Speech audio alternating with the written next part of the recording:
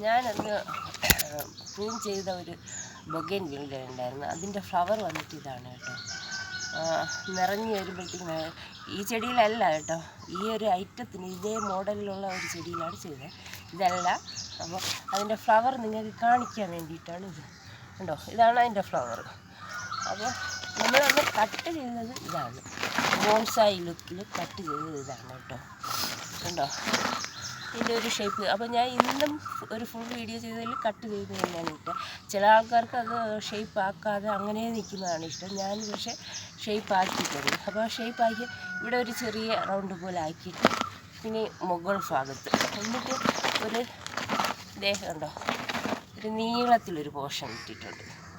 അത് വേറെ ഒന്നും കൊണ്ടല്ല, ഇത് 2 റൗണ്ടിൽ ഇങ്ങനെ അത് ഫ്ലവർ വരുമ്പോഴത്തേക്കും ഈ നീണ്ട ഒരു ഭാഗത്ത് കുറച്ചും കൂടെ ഭംഗിയായിരിക്കും ആ ഫ്ലവർ ഇങ്ങനെ വരുന്നത്.